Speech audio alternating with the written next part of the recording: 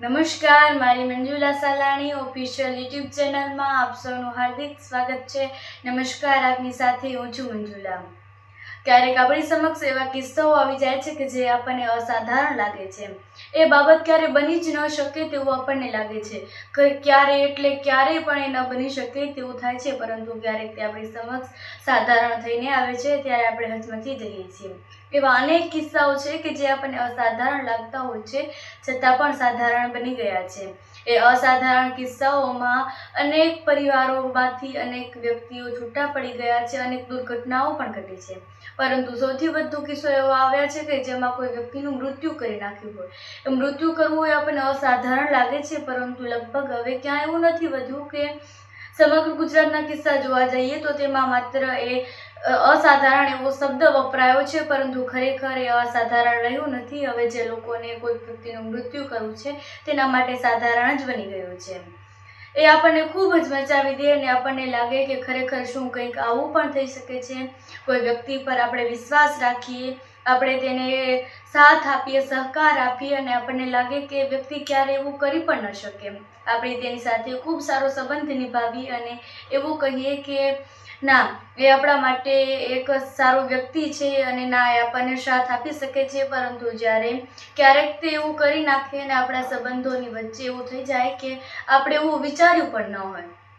પાલનપુરમાં પણ અત્યારે કંઈક એવું જ થયું।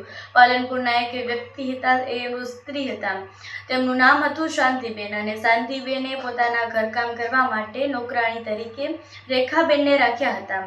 એટલે કે તેમનું કામ કરવા એ નોકરાણી આવતા હતા। એ બંનેનો સંબંધ ખૂબ સારો હતો અને બંને બહેનપણીઓ પણ હતા। બંને એકબીજાને ખૂબ સારી રીતે સાથ સહકાર આપતા હતા। અને એટલું જ નહીં, શાંતિબેન પણ એ રેખાબેન થોડા ગરીબ જેવા હતા, એટલે તેમને સાથ આપતા, તેમને હંમેશા મુશ્કેલીઓમાં મદદ કરતા। પરંતુ તેમનો એ સાથ આપતા, તેમને રૂપિયા પણ આપતા, પરંતુ શાંતિબેનના રૂપિયા રેખાબેન પાસે થોડાક હતા, એટલે કે રેખાબેન પાસેથી શાંતિબેનને થોડા રૂપિયા લેવાના હતા। એ બાબતે રેખાબેન એ શાંતિબેનને પોતાના ઘરે બોલાવે છે અને કંઈક જમવાનું આપે છે, તેમાં નશાની ગોળી આપે છે। નશાની ગોળીથી પછી તેઓને મારી નાખે છે અને મારી નાખ્યા પછી તેઓએ તેમને સળગાવી અને ધાબળામાં વીંટોળી નાખે છે અને તે પુલની નીચે નાખી આવે છે। આ બધી જ વાતની જાણ થતાં શાંતિબેનના પરિવારવાળાઓએ પોલીસને જાણ કરે છે અને પોલીસને જઈને ત્યાં ફરિયાદ નોંધાવે છે। પોલીસ પણ આ સમગ્ર બાબતે શોધખોળ કરવા માટે ખૂબ મહેનત કરે છે। પોલીસ પણ એના પર તત્પર રહ્યા અને ખૂબ મહેનત કરી।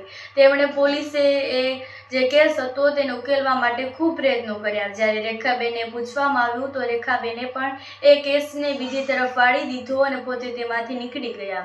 પરંતુ કહેવાય છે ને કે સત્ય બહાર આવ્યા વિના રહેતું જ નથી, તો તેવી જ રીતે થયું। રેખાબેનને પૂછવામાં આવ્યું તો તેમણે પોલીસને બીજા રસ્તે વાળ્યા, પરંતુ થોડા દિવસથી 3 દિવસથી મૃતદેહ એ પુલની નીચે તેમણે નાખ્યો હતો તો ત્યાંથી ગંધ આવી એટલે પોલીસ ત્યાં ગઈ અને ત્યાં જઈ અને એ ખોલીને જોયું અને ત્યાર પછી જાણવા મળ્યું કે આ મૃતદેહ એ શાંતિબેનનો મૃતદેહ છે।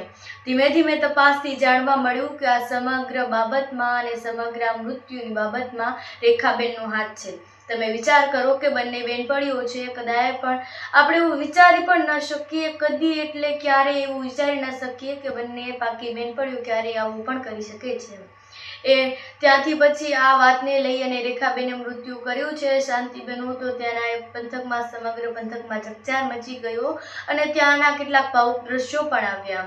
અને ભાવુક દ્રશ્યો આવવા એ પણ એટલા જ જરૂરી છે, કારણ કે જ્યારે કોઈ વ્યક્તિ આપણે તેના પર વિશ્વાસ રાખી અને તેની સાથે સંબંધ નિભાવીએ છીએ અને જ્યારે એ આપણા માટે એવો નીવડે ત્યારે આપણને દુઃખ તો થાય જ છે। તો તમારું આ વિષય પર શું કહેવું છે કમેન્ટ્સ પર જરૂરથી જણાવજો। સાથે જ અમારી Manjula Salani official YouTube channel પર આવ્યા છો તો સબસ્ક્રાઈબ કરીને જજો। નમસ્કાર।